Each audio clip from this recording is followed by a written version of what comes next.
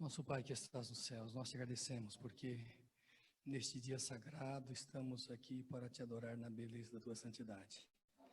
Que o estudo da tua palavra nos traga alegria, refrigério e disposição para te obedecer, Senhor. Com teu Espírito abençoe o teu povo e aceite esta adoração. Te pedimos humildemente em nome de Jesus. Amém. A gente teria um motivo a mais para usar a máscara, né? Porque a máscara combina com a gravata.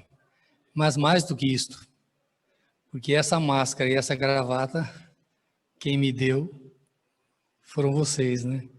No dia do pastor do ano passado. Mas para facilitar aí a verbalização, né? E esta igreja nos permite ficar a uma distância razoavelmente grande dos irmãos sem oferecer perigo, então o pastor vai ficar sem usar a máscara, né? Aqueles que estão chegando à igreja agora, os que estão também conosco agora na internet, o nosso cumprimento, nosso desejo de um feliz sábado. E hoje, eu não diria que o pastor vai fazer um sermão, vai fazer uma reflexão. Eu quero com você pensar um pouquinho no exercício da nossa fé diante da pandemia. Por alguns momentos eu fico me perguntando se esta pandemia vai deixar sequelas na igreja. Se vai despersonalizar os cultos, se vai descongregar muitas pessoas, se algumas pessoas vão priorizar, mesmo depois da pandemia, adorar a Deus assistindo cultos de determinadas igrejas, pela internet, em detrimento de haver a reunião da congregação local. Confesso a você que essa semana eu fiquei preocupado, pensando até onde irão as consequências dessa pandemia no povo de Deus. E eu li um texto bíblico e fiquei comparando a realidade da igreja nos tempos apostólicos e a realidade hoje. Antes de mais nada, nós temos que lembrar que Jesus falou que as portas do inferno não prevalecerão contra a sua igreja. E isso tem sido verdade ao longo dos séculos e de mais de 2 milênios. Em meio à perseguição, à angústia, ao sofrimento que a igreja de Deus tem passado, ao longo de todos esses séculos, Deus tem protegido, fortalecido e feito o seu povo crescer em número espiritualmente.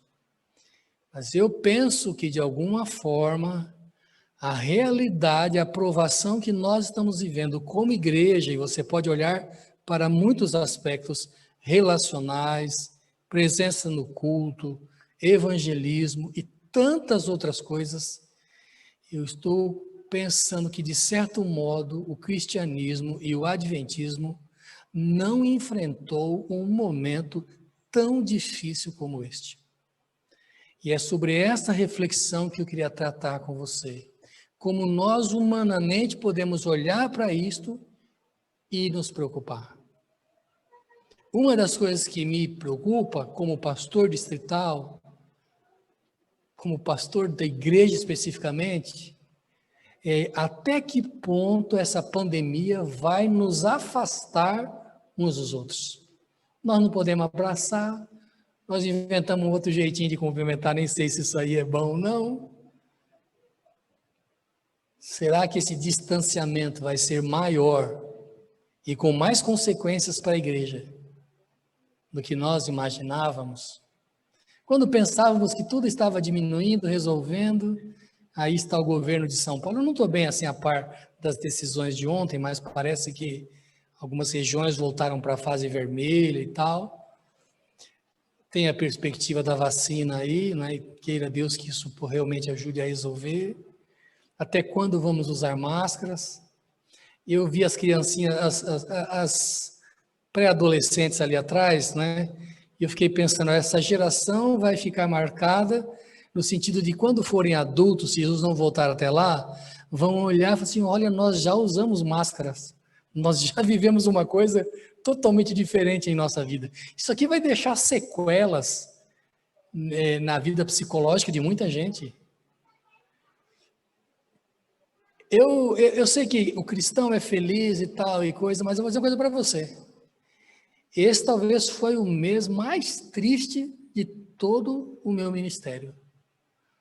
Porque eu nunca fiz tantas cerimônias fúnebres como fiz até aqui. E o plantão vai até dia 29 de toda a PL, né? Até os pastores voltarem de férias. Eu fico preocupado com isso. Vendo pessoas chorando, lamentando. Eu sei, e eu li algumas dessas cerimônias, e vou falar sobre coisas tristes, porque a tristeza da vida nos traz aprendizado, sabe? Em algumas das cerimônias que eu fiz, pelo menos eu mencionei a expressão que usada por Pedro no dia do Pentecostes, quando falou da ressurreição de Jesus e buscou os escritos de Davi em seus salmos para comprovar a ressurreição. E eu quero, a partir desse aspecto, tratar com você um pouco do quanto você e eu estamos sendo provados em nossa fé, não somente no fato de vir ou não vir à igreja, mas de como nós podemos ser úteis para a humanidade. Então, avaliarmos, pensarmos um pouco disso em relação ao próprio início do cristianismo. Você sabe, a Bíblia fala que, lá em Atos 2, que no dia de Pentecostes, Deus derramou o seu Espírito e os apóstolos começaram a pregar, falaram em línguas. A palavra Pentecoste tem origem grega, que quer dizer 50, né? Então, 50 dias, nesse caso aqui, 50 dias. Entre o oferecer dos molhos das primícias das cevadas, da colheita da cevada, e o oferecer do pão na festa do Pentecostes, na festa da colheita do trigo. Então, passados 50 dias, chegou então o dia da festa da colheita do trigo. Isto era para demonstrar essa festa que Deus sustentava o seu povo. Não somente nos idos do povo hebreu quando estava já em sua terra, mas também durante o período do deserto, daqueles 40 anos em que Deus enviou maná e não deixou o seu povo padecer de fome, embora em alguns momentos eles não acreditavam que esta era a melhor dieta para eles, eles queriam carne, isso e aquilo. Então, no dia do Pentecostes, que fica marcado como o dia do derramamento do Espírito, então a chuva temporã, né, no entendimento profético, Pedro abre a sua boca para testemunhar do que estava acontecendo com aquelas pessoas ali e também para falar de Cristo.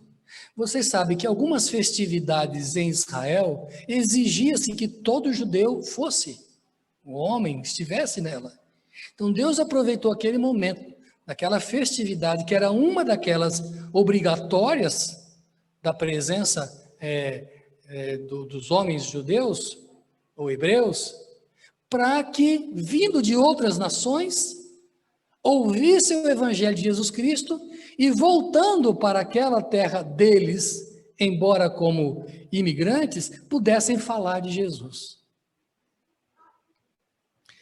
Então, Pedro começa a razoar falando de que Cristo era o cumprimento da profecia do Messias.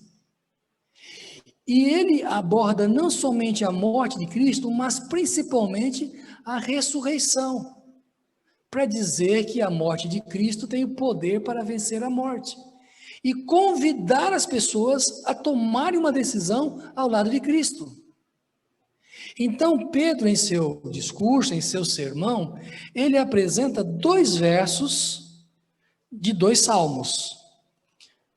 Um está no Salmo 16, verso 10, pois não deixarás a minha alma no inferno, nem permitirás que o teu santo veja corrupção. Eu estou lendo no Salmo 16, verso 10, mas esse verso, então, está lá em Atos, capítulo 2, né? Você pode encontrar esta menção, tanto no versinho 27, quanto no versinho 31. E Pedro então diz o seguinte, olha, vocês sabem, Davi foi quem escreveu isso, mas o túmulo dele está entre nós. Bom, o texto diz, não deixará minha alma no Hades. Bom, a palavra alma, que alguns entendem como uma entidade que vive separada do corpo, nós adventistas não entendemos isto. Como nós entendemos? Conforme diz o livro de Gênesis. Deus pegou o pó da terra, soprou o fôlego de vida e o homem tornou-se alma vivente. Então, o homem não tem uma alma. O homem é uma alma. Desassociado o fôlego de vida do corpo, não há existência, não há pensamento. É o que nós citamos na lição de Salmo 146:4, sai-lhes o espírito, sai-lhes o ruá, e nesse mesmo dia perecem os seus pensamentos. Então vejam, nós não entendemos como adventistas que a alma ou espírito é algo que viva independente do corpo. Nós temos uma visão holística. Muito bem, então o texto assim, não deixará minha alma no Hades. Então, alma, no hebraico, lá onde está a expressão usada por Davi, é a palavra nefesh. E usada por Pedro, colocada na língua do Novo Testamento, o grego, é a palavra psique. Alma é sinônimo de pessoa. Conhece aquele texto do Antigo Testamento que fala assim, a alma que pecar essa morrerá? O filho não vai levar a maldade do pai, o pai não vai levar a maldade do filho? A alma que pecar essa morrerá? Ficaria melhor traduzido, mais fácil de entender, se fosse assim. A pessoa que pecar, morrerá. Então, entendendo a primeira parte do texto, olha, minha pessoa não vai ficar no Hades. Hades é uma expressão grega, língua que foi escrita no Novo Testamento, para traduzir a expressão hebraica da expressão de Davi, não deixará minha pessoa no Sheol. Então, no Antigo Testamento você tem a palavra Sheol, no Novo, Hades. Sheol normalmente é traduzido por Hades. A outra palavra, Geena, já não é substituto, não é tradução para Sheol. Então, Davi fala assim, não vai deixar minha pessoa na sepultura. E nem vai deixar que o meu corpo veja a corrupção, que ele seja decomposto na sepultura. Então, Davi está falando de uma ressurreição. Mas Davi, aliás, na Bíblia só aparece a palavra ressurreição. Se morte é o contrário de vida, ressurreição é o retorno a ela. Simples assim. Então Pedro fala assim, mas Davi escreveu sobre a ressurreição, mas ele não falava de si mesmo, porque nós temos o sepulcro dele aqui. Ele não ressuscitou. Até eu tenho citado nessas cerimônias fúnebres, que Davi, quando perde o seu filhinho, que nasceu como resultado daquele pecado dele com Batseba e tal, ele fala, ele não virá a mim agora, mas eu irei até ele. Bom, então Pedro está falando de ressurreição, diz assim, Davi falou de ressurreição, mas não da sua.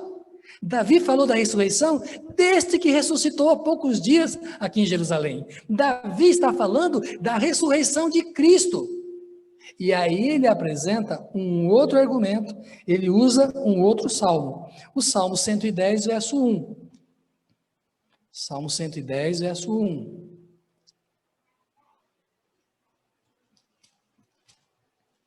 Disse o Senhor ao meu Senhor, assenta-te à minha direita, até que ponha os teus inimigos por escabelo dos teus pés.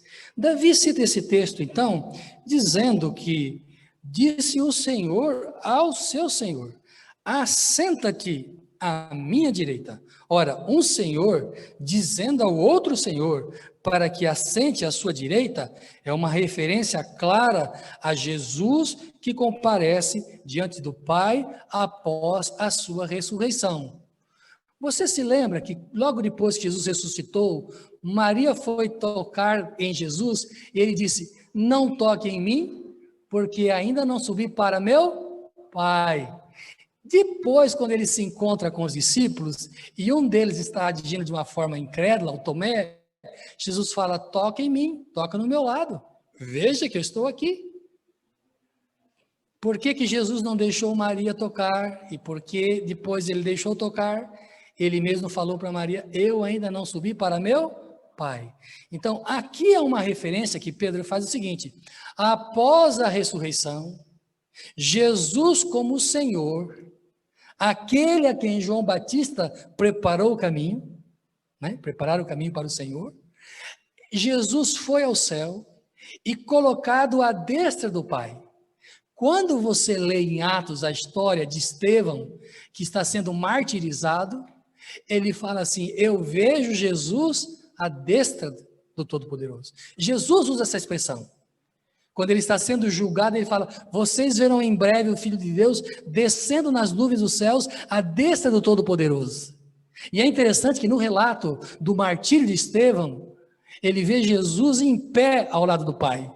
O texto diz aqui, nesse daqui, de Atos, de Pedro, que Jesus está assentado ao lado, o Senhor assentado ao lado do seu Senhor. Aqui está tratando da divindade. E nós entendemos que Deus Pai, Deus Filho, Deus Espírito, são três pessoas em um só Deus, com o mesmo caráter, substância e vontade. Bom, mas então, o que está sendo, Pedro está dizendo o seguinte, olha, eu vi o Senhor assentado, o meu Senhor, assenta-te ao lado do meu Senhor. E é interessante que na lição da Escola Sabatina da semana passada, o autor menciona algo muito interessante, né, o Dr. Roy Gaine. Ele fala que quando Estevão é apedrejado, ele vê Jesus em pé, não sentado. Como que dizendo assim, Jesus incomodado com o que estão fazendo com seus filhos. E em pé para ver o que estão fazendo com o filho dele, com Estevão. Então, Pedro então está argumentando, ele está falando da ressurreição de Cristo e procurando comprovar por aquilo que foi, para muitos judeus, o maior rei de Israel, nas expressões que ele usa. Então, em Atos 2, verso 34, é a citação do Salmo 110, verso 1, porque Davi não subiu aos céus, mas ele próprio disse o Senhor ao meu Senhor, assenta-te à minha direita, até que põe os teus inimigos por escabelo de teus pés. Então, quando Jesus é entronizado no céu, volta para a sua casa, para preparar moradas para os seus filhos, ele fica à destra do Pai. Agora o texto diz assim, até que eu ponha os teus inimigos no escabelo dos teus pés. E aí eu não sabia exatamente o que era isso. Eu leio desde pequeno essa expressão, mas eu não, desde criança, mas eu não sabia exatamente o que queria dizer, né? E pelo que eu estava lendo nessa semana, esse cabelo é um banquinho para descansar os pés, né? Então Deus falou assim, ó, você assenta aqui, fica do meu lado, porque os teus inimigos vão ficar sob os teus pés. Isto é a vitória da fé cristã. Isto aí é o cumprimento do plano da salvação. Quem aceita Cristo está do lado da vitória. Quem rejeita já está derrotado. E vai ser ainda mais no final, no julgamento final. Bem, quando os judeus ouvem isso, vindo de todas as partes, né? Eles falam, mas então o que é que nós vamos fazer? Se você está citando aqui esses textos que Davi fala da ressurreição do Messias, então nós estamos mal. Nós somos inimigos de Deus, então. Porque muitos pensaram que estavam fazendo um favor para Deus crucificando Jesus. Então nós somos inimigos. Nós somos contra o nosso pai, o Deus de Abraão, Isaac e Jacó. O que é que nós temos que fazer? Então Pedro lhes orienta que eles devam se arrepender e devam ser batizados. Esse discurso de Pedro, essa pregação, faz com que quase 3.000 pessoas sejam batizadas. E aí você vive um momento de prosperidade do cristianismo. Quando você lê as 7 cartas do Apocalipse, as 7 igrejas, você tem o primeiro período representado pela igreja de Éfeso. E lá na introdução dessa carta, Deus fala assim, olha, eu conheço as tuas obras, eu conheço o teu trabalho, ele reforça, eu conheço o teu trabalho. Mas quando você vai à última carta, à igreja de Laodiceia, que representa o cristianismo antes da volta de Jesus, que tem que ver com o nosso tempo, Deus fala também, eu conheço o teu trabalho, mas eu sei que você não é frio nem quente, você é morno. Você tem uma identificação comigo, mas você também tem uma identificação com as coisas desse mundo. Você tem um coração dividido. Você nem é totalmente ímpio e nem totalmente cristão, se poderíamos usar essa expressão. Usando uma expressão de Ellen White, pessoas mal convertidas. É uma expressão que ela usa. Então, deixa eu fazer aqui colocar um ponto aqui para vocês. Vejam, quando começa o cristianismo, no começo do cristianismo, Pedro prega, quase 3.000 pessoas são convertidas e a igreja continua avançando na sua missão. A despeito da diáspora, da perseguição. E agora vem os 2 versos que queremos torná-los principais no tema de hoje para fazermos uma comparação entre a igreja apostólica e a igreja nossa, ou nos dias de hoje. A mesma igreja apostólica, mas não no tempo da vivência dos apóstolos. A mesma igreja que segue as doutrinas que os apóstolos ensinaram a respeito de Jesus. Vamos ler 2 versos aqui. Por gentileza, fixe o teu pensamento, memorize esses versos, porque eles são fundamentais dentro do entendimento da missão da igreja. Atos 2,42, e perseveravam na doutrina dos apóstolos e na comunhão, e no partir do pão e nas orações. Então você tem aqui 4 características: doutrina dos apóstolos, comunhão, partir do pão e orações. Se você vai ao verso 46, ele é paralelo com este verso, mas com algumas informações alteradas. Verso 46, e perseverando unânime todos os dias no templo, que seria o equivalente à comunhão do verso 42. Partindo o pão, né, que seria equivalente ao partir do pão, e a expressão comunhão do verso 42. Né? O pão em casa, comiam juntos com alegria e singeleza de coração. Agora, e a consequência disso era o quê? Verso 47, louvando a Deus e caindo na graça de todo o povo, todos os dias acrescentava o Senhor à igreja aqueles que se iam salvar. Então a missão estava feita, estava sendo cumprida. Vamos pensar no verso 42. Quais eram as características daqueles primeiros irmãos nossos que aceitaram a fé cristã? Perseveravam na doutrina dos apóstolos, na comunhão, no partir do pão e nas orações. Então, o que é que eles faziam?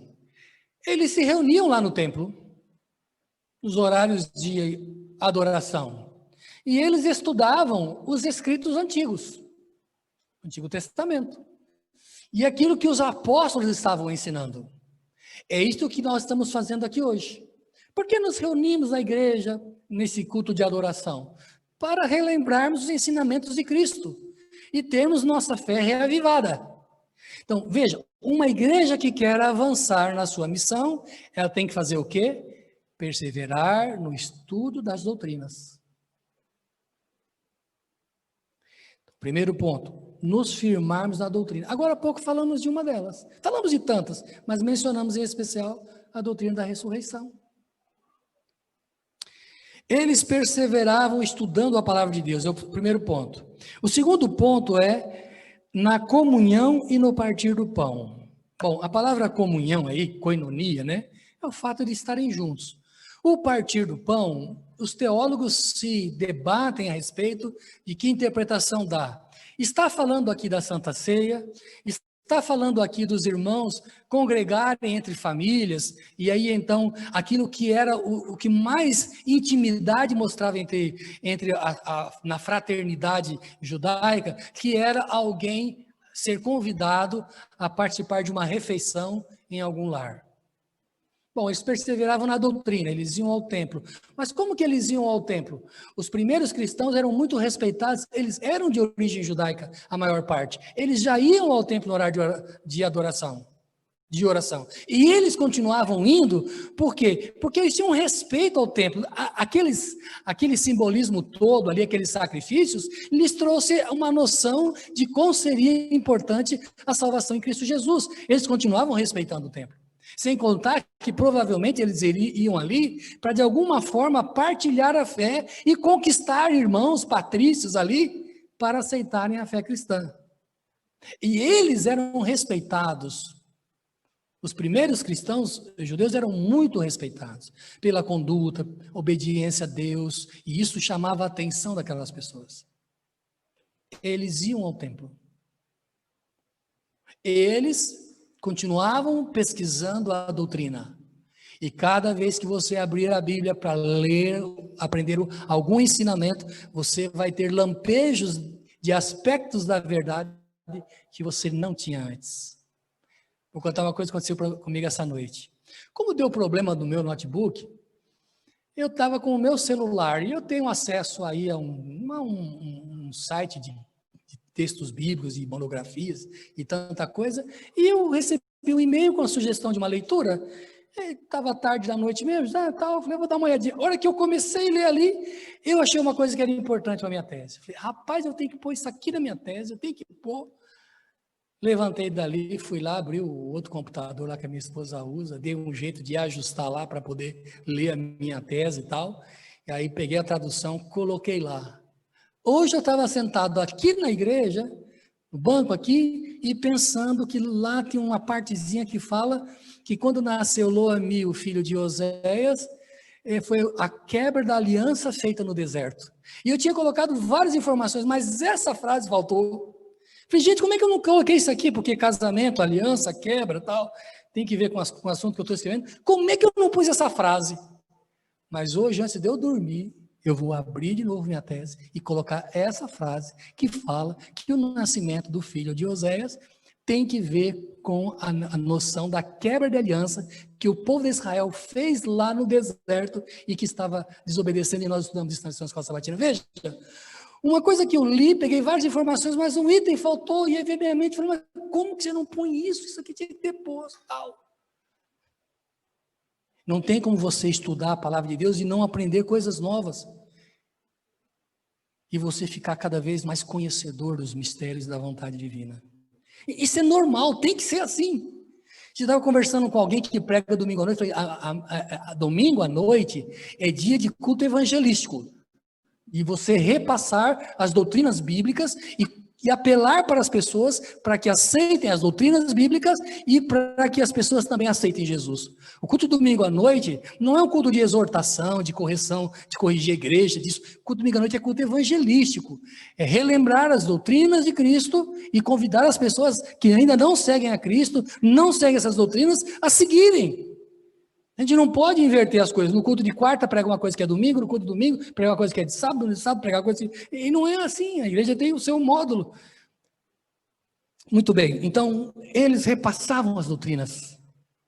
Eles estavam em comunhão, partir do pão. Eu diria para vocês, quer em casa, quer também nos momentos especiais de Santa Ceia. Eles estavam em comunhão, e aí junta esses dois aspectos aí. E também nas orações.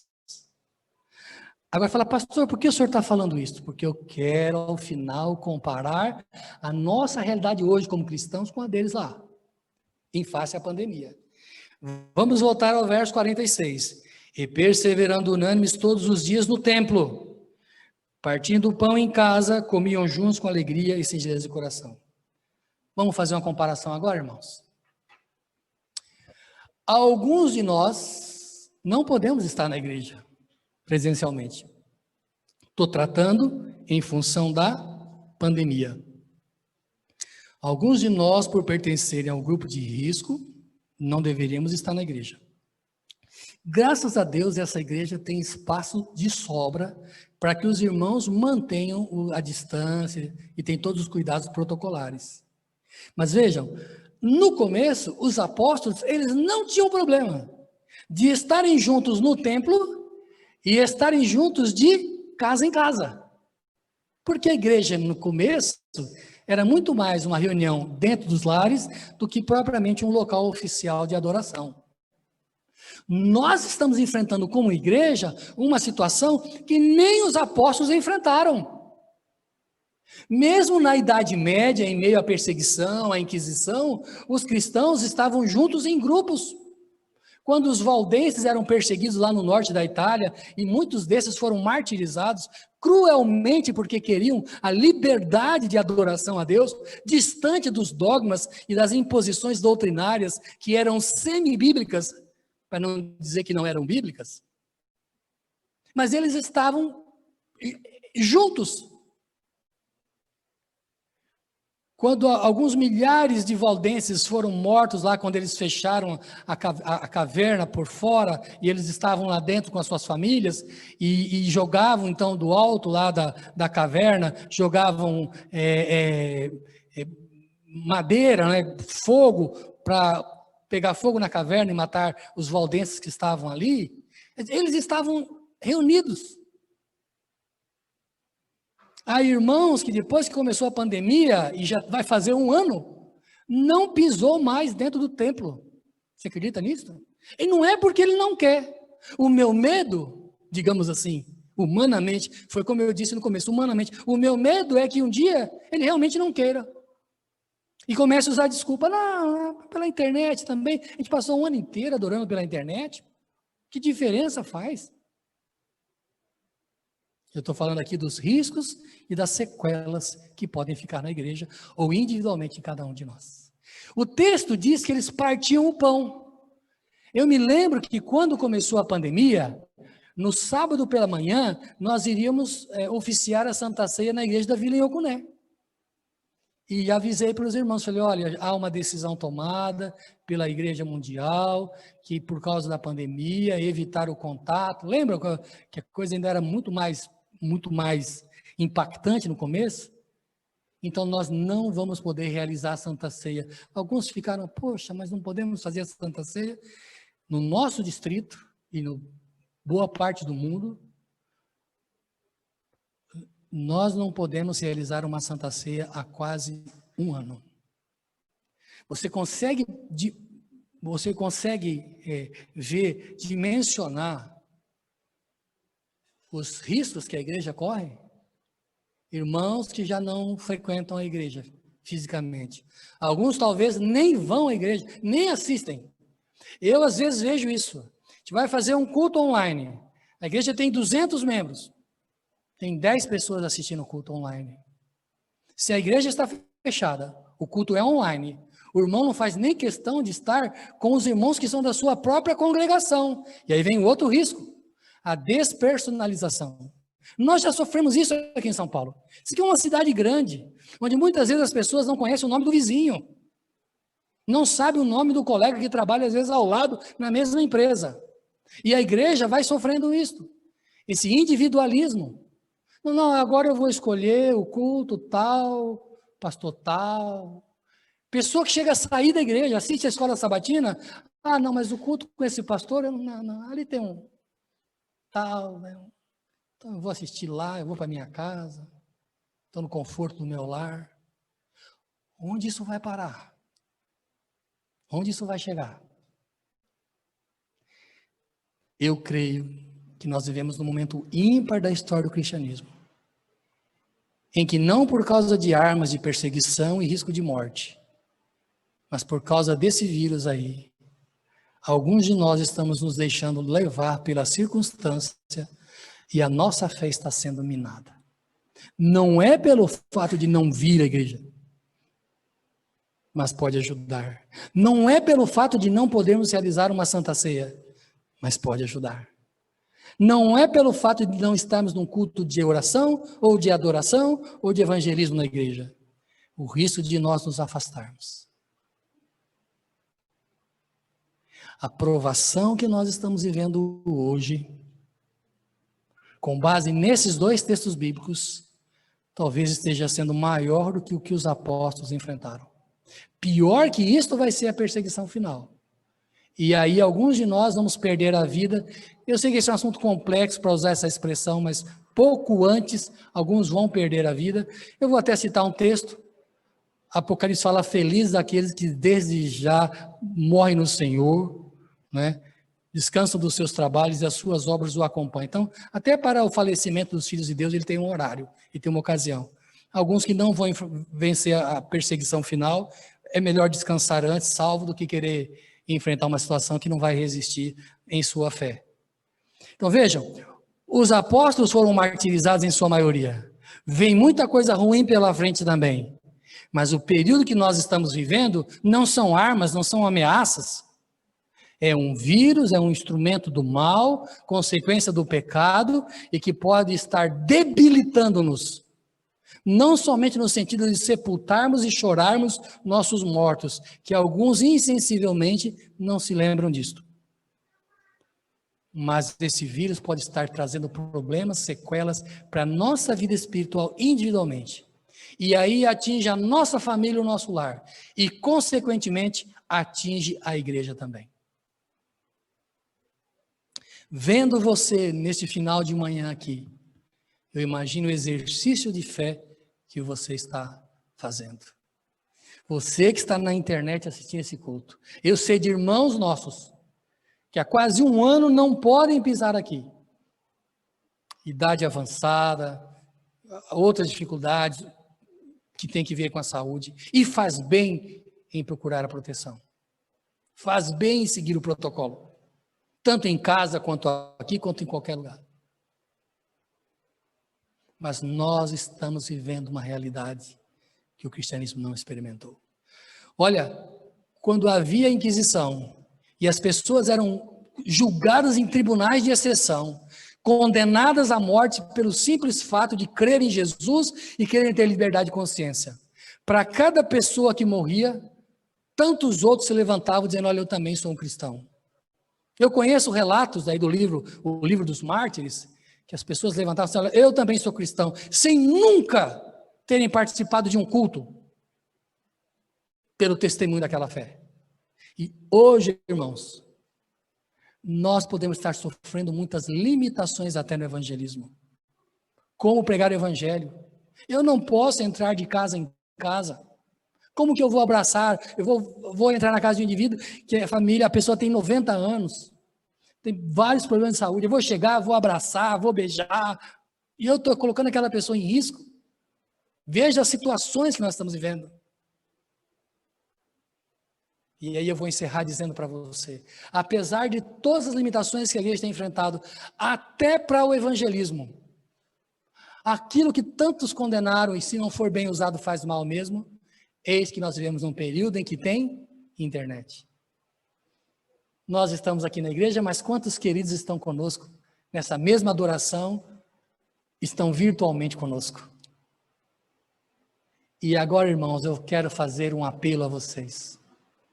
Esse é um período em que nós, mais do que nunca, precisamos agir como uma instituição leiga, se dá para usar esses dois termos juntos.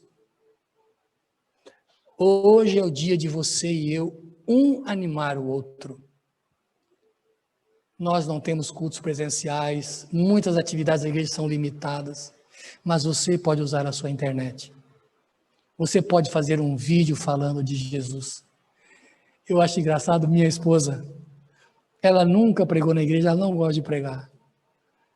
E ela tem usado os sábados dela para fazer alguns videozinhos sobre a Bíblia, porque ela tem algumas amigas que ela fala, Ivonei, eu queria que minhas amigas aceitassem, crescem no que eu creio. Então ela, sem ter nenhuma experiência com pregação, ela está gravando esses videozinhos e colocando no Facebook, pensando nas amigas dela de faculdade que possam aceitar a Jesus. Você pode fazer alguma coisa. Nós vivemos num período de muito criticismo, todo mundo critica todo mundo. Agora não é hora de ninguém criticar ninguém. Todos enfrentamos limitações. Eu não sou da geração da internet. Procuro fazer alguma coisa. Aqui na igreja tem a ajuda desse pessoal especialista em internet. Minha infância não teve isso. Eu não passei minha juventude lidando com isso. Mas tenho tentado aqui e ali me superar em alguma coisa para poder fazer algo. Você pode usar a internet para o bem, para evangelizar. Você pode, ao perceber que alguém não está na igreja, ligar para algum irmão, fazer um apelo. Você pode mandar uma mensagem para os seus amigos, aproveitando esse momento de pandemia para falar, aceite Jesus, porque coisas piores ainda virão. Eu quero que fique bem claro para os irmãos que eu estou falando humanamente, na comparação da igreja apostólica com a igreja de hoje.